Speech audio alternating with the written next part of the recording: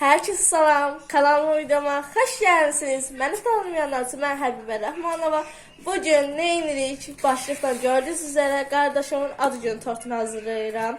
Ve aslında bugün değil, bugün 29'dur, sabah 30'dur. Sabah da adı günü, ama ben indidən hazırlayıram. Ama xəbəri yoxdur.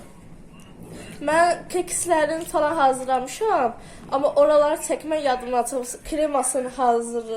Kremasını hazırlayıb və bunun içinə sana yağı və bu nə idi? Skuşona, yəni ki, makro.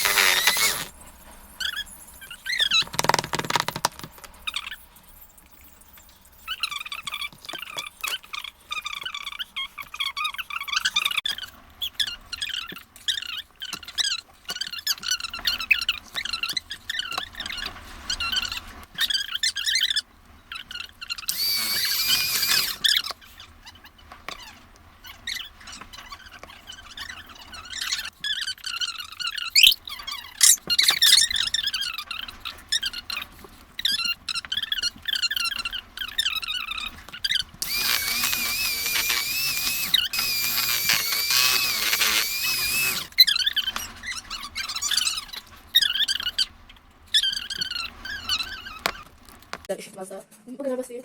İlk size keksini göstereyim.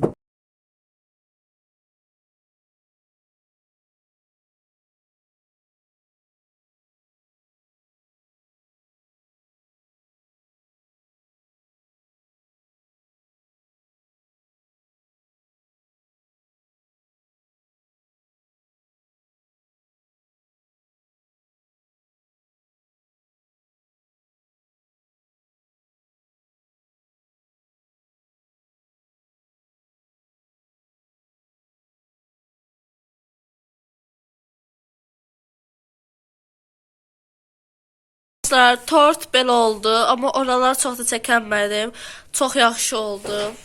Bananları mən elədim, mamam kəsdi, elədi, kreməni yaxdı. Mən də bananla yedim, 2 qatlı oldu. Hərəyə yekə-yekə düşür. İstəsə balaca-balaca da kəsə bilərik. Qardaşım hələ də yatıb, hələ də xəbər yoxdur tortdan.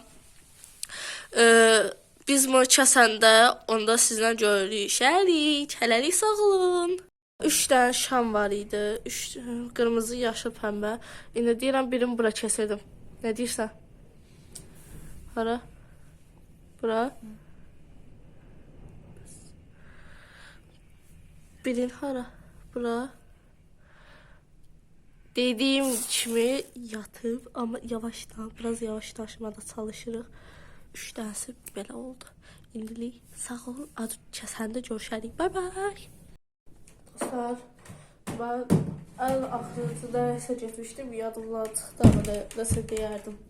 İndi saçımı belə belə atım biraz. İndi gedək. Bak, görək qardaşım. Yatıb deyəm, burası otaqda biraz yavaşlaşır. O burası otaqda. belə bir şey hazırladıq. Yallacul qoyduq, belə bir safit qoyduq və belə bir şey hazırladıq. İndi gedək, görək laxar yatıb yoxsa durub, baxaq. Olmaz.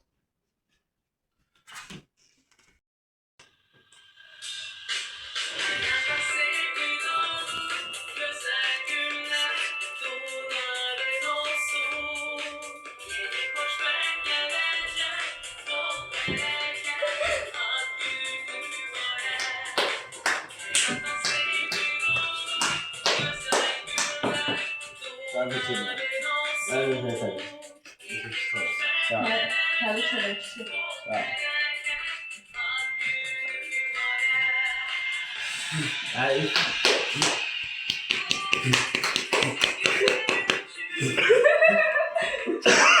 Çəz. Gəl bir yeri çəkək.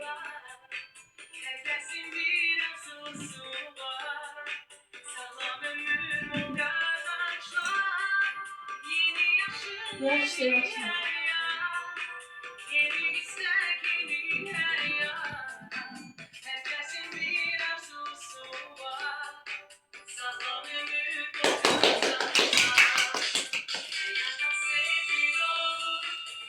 Təbrik edirəm kişi.